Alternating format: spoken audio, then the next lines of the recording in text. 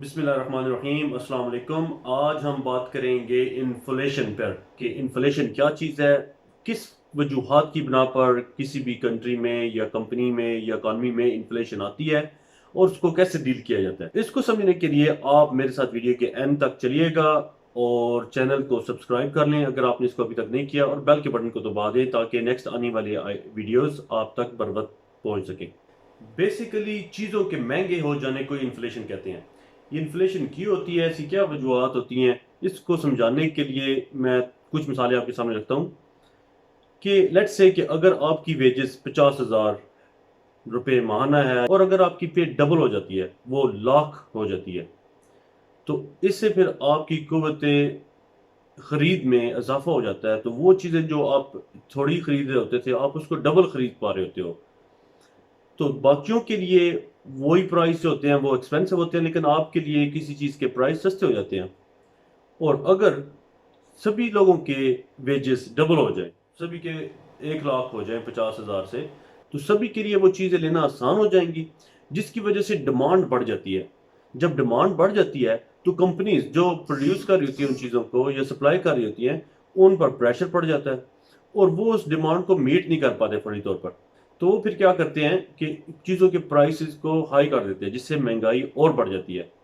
इसलिए कि वो एक तो उनकी डिमांड में कमी आ जाएगी और सेकंडली उनको मजीद प्रॉफिट हो जाएगा कि वो मुंह मांगी कीमत मांग रहे होते हैं। तो इससे दो फायदे हो जाते हैं, एक तो डिमांड में थोड़ी कमी आ जाती है, उन पे प्रेशर कम हो जाता है, और दूसरा उनका प्रॉफिट भी मैक्सिमाइज हो जाता है। तो इस लिहाज से तो इन्फ्लेशन अच्छी है। लेकिन अगर ऐसा हो कि आपके वेजेस डबल हैं और बाकी लोगों के वेजेस ट्रिपल हो गए हैं, तो इससे फिर आप में पॉवर्टी बढ़ जाती है। आप उस चीज़ को अफोर्ड नहीं कर सकते जो बाकी लोग आपके साथ compete कर रहे हैं उस चीज़ को हासिल करने के लिए। इन्फ्लेशन काफ़ी हद तक ख़तरनाक चीज़ है। इन्फ्लेशन से कई मुल्क और कई सल्तनतें बर्बाद हो गई हैं, तबाह हो गई हैं।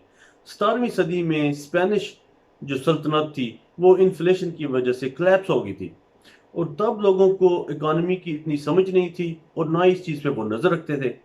तो 17वीं सदी में इतनी महंगाई बढ़ी कि लोग कोई चीज़ भी अफोर्ड नहीं कर पा रहे थे, तो वहाँ पे दंगा फसाद भी बढ़ गया और जराइम भी बढ़ गए। तो इस वजह से पूरी स्पेनिश स्टेट जो क्लैप्स कर गई थी। तो तब से तमाम लोगों ने और ममालिक ने इस चीज़ पर कड़ी नज़र रखी है, क्योंकि ये स्वीट किलर है जिसका पता ही नहीं चलता और वो अंदर से इकॉनमी को और कंट्री को तबाह बर्बाद कर देता है। इसकी कई वजूहत हो सकती हैं जो मैं आपसे डिस्कस करता हूँ। एक तो अगर कोई कंपनी जो कोई चीज़ बना रही है, तो उनकी रॉ प्रोडक्ट्स जो होती हैं जिसको यूज़ करके अपनी फाइनल प्रोडक्ट बनाकर सेल करते हैं, अगर रॉ प्रोडक्ट एक्सपेंसिव हो जाएं तो उनकी प्रोडक्ट्स भी एक्सपेंसिव हो जाएंगी, जिसकी वजह से लोगों की कुव्वत खरीद में कमी आ जाएगी और उनके लिए वो चीज़ें महंगी हो जाएंगी। और इसी तरह से अगर एक कंपनी के अंदर बहुत ज़्यादा मुलाजमीन काम कर रहे हैं और वो यूनियन बना लेते हैं, और यूनियन बनाने के बाद वो पे राइज के लिए कह देते हैं, तो इसकी वजह से भी कंपनी पे बोझ आ जाएगा, उनके अखराजात बढ़ जाएंगे। तो इसको अगर वो अच्छे तरीके से हैंडल नहीं करेंगे तो वो कंपनी बैंक हो सकती है, कंपनी ख़त्म हो सकती है। बाज़ दफ़ा गवर्नमेंट्स टैक्स रिलीफ दे के भी इन्फ्लेशन को फ्लैक्चुएट करते हैं या ऊपर नीचे कर सकते हैं। उनके टैक्स रिलीफ देने से लोगों के पास सेविंग ज़्यादा हो जाती है, और टैक्स रिलीफ देने से वो शॉर्ट इन्फ्लेशन को क्रिएट कर सकते हैं। बैंक कैश प्रिंट करके भी इन्फ्लेशन को अप और डाउन कर सकते हैं। इन्फ्लेशन के बारे में जब मैं ऑनलाइन सर्च कर रहा था, तो मुझे हंगरी की मिसाल सामने आई। हंगरी में इन्फ्लेशन इतनी एक्सट्रीम लेवल की हुई थी कि 1941 में जब वहाँ पे इन्फ्लेशन हुई, तो वहाँ पे जब एक दिन आप जाते हैं कोई कैंडी लेने शॉप पे या कोई स्वीट लेने, तो लेट्स से कि वो कैंडी एक 10 पैसे की है, तो फॉलोइंग डे वो कैंडी 150 गुना बढ़ गई थी और उसकी कीमत 150 रुपये हो गई थी। और फॉलोइंग डे उसकी कीमत 150 गुना मजीद बढ़ के 2,50,000 रुपये हो गई थी। ये बहुत ही कॉम्प्लिकेटेड मैटर था, और अगर आपके पास लाइफ सेविंग कैश में पड़ी होती और वो अमाउंट अगर आप अपने बेड के नीचे लेके सोए होते, जिससे आप कुछ दिन पहले घर खरीद सकते थे, उससे आज आप सिर्फ एक कैंडी ही खरीद सकते थे। इन्फ्लेशन जो है वो सिर्फ चंद लोगों के डिसीजन से या एक्ट से इस तरह से क्रिएट नहीं होती कि जिसकी वे पूरी कंट्री में महसूस की जाए, बल्कि इसके पीछे एक कम्प्लेक्स इकोनॉमिकल मशीनरी है जो कि फ्लक्चुएशन को काज करती है। मैंने इन्फ्लेशन के बारे में थोड़ी सी रिसर्च तब की जब मैं दिस वीकेंड पे बाहर निकला हुआ था, जब कोरोना वायरस के लॉकडाउन के बाद दोबारा से शॉप्स ओपन हुई हैं। तो उस सिलसिले में मैं कई रिटेल शॉप्स पे गया, तो पता चला कि वहाँ पे अब एंट्री ही बंद कर दी थी उन्होंने। वहाँ पे ऑलरेडी इतनी लंबी क्यूज लगी हुई थी और पार्किंग की कमी हो गई थी गाड़ियों के पार्क करने के लिए, कि वो लोगों को पार्किंग में ही नहीं जाने दे रहे थे। तो तब मेरे जहन में आया कि शायद ये चीज़ भी डिमांड और सप्लाई के मैटर को अफेक्ट करते हुए इन्फ्लेशन ही ना क्रिएट कर दे। तो इसके बारे में मैंने मजीद सर्च की, तो एक कंट्री वेनेजुएला सामने आया जहां पे आज बहुत ज़्यादा इन्फ्लेशन है और वो पिछले कई सालों से इसमें फंसे हुए हैं। वेनेजुएला की करेंसी इतनी डिवैल्यू हो गई है कि अगर आपको $1 के बदले में वेनेजुएला की करेंसी लेनी हो तो आपको साथ में एक ट्रक भी लेके जाना पड़ेगा, वहां पे करेंसी को लाद कर लाया जाए। वो आपको करोड़ों और अरबों के नोट मिलेंगे। वेनेजुएला के आजकल हालात ये हैं कि वहां पर आपको लाखों रुपए की कोई भी चीज खरीदनी हो, सब्जी दालें कुछ भी खरीदना हो, आपको लाखों रुपए में मिलता है। वहां पे पिछले कई सालों से इन्फ्लेशन ने इतना बुरा असर डाला है वहां की इकानमी पर कि वहां पे हर चीज इतनी महंगी हो गई है जिसको कोई बंदा अफोर्ड नहीं कर सकता। उसकी चंद मिसालें मैं आपके सामने रखता हूँ कि वहां पर 1 किलो गाजरें अगर आपको लेनी हो तो वो 30 लाख वेनेजुएला करेंसी, जिसको बोलीवर्स कहा जाता है, वो 30 लाख रुपए किलो मिलेंगी। इसी तरह शिमला मिर्च आपको 25 लाख बोलीवर्स मिलेंगी। सलाद जो है वो 8 लाख बोलीवर्स का किलो। इसी तरह मूली अगर लेने जाएं आप तो वो 27 लाख की किलोग्राम है, और टमाटर 50 लाख के। तो इससे आप अंदाजा लगा सकते हैं कि वहां पे करेंसी की क्या सूरत हाल है, ये इन्फ्लेशन किस हद तक हो चुकी है।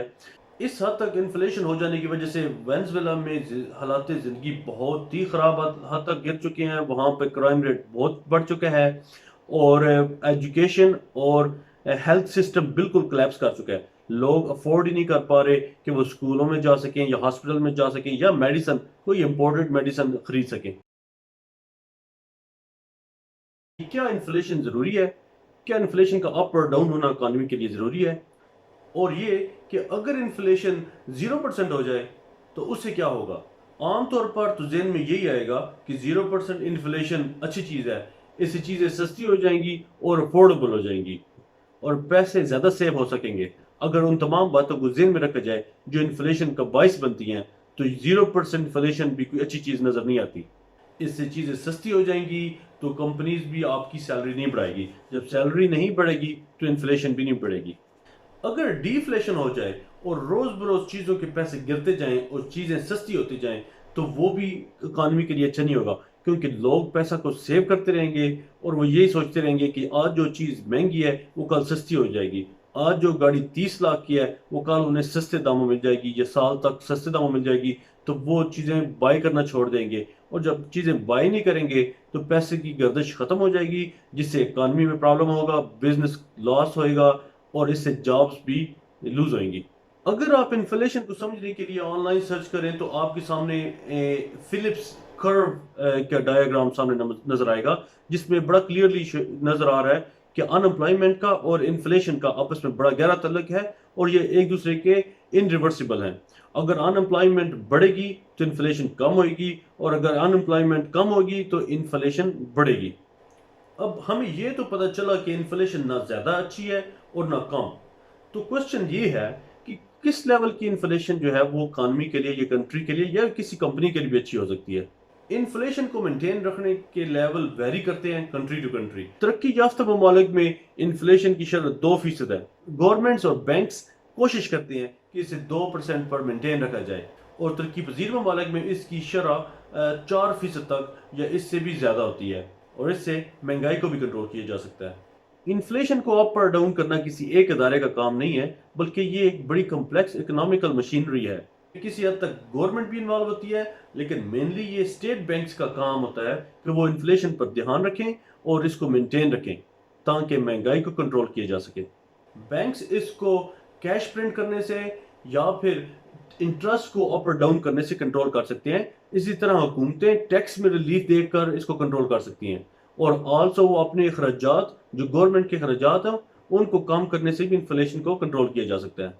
इसीलिए जो लोग ज़्यादा अमीर होते हैं वो ज़्यादातर अपने पास कैश नहीं रखते, बल्कि अपने कैश को गोल्ड में और रियल एस्टेट में और दीगर जगहों पे इन्वेस्ट कर देते हैं, और वो इन्फ्लेशन पर बड़ी कड़ी नजर रखते हैं ताकि इन्फ्लेशन की वजह से उनके पैसे को डिवैल्यू होने से कम नुकसान हो सके।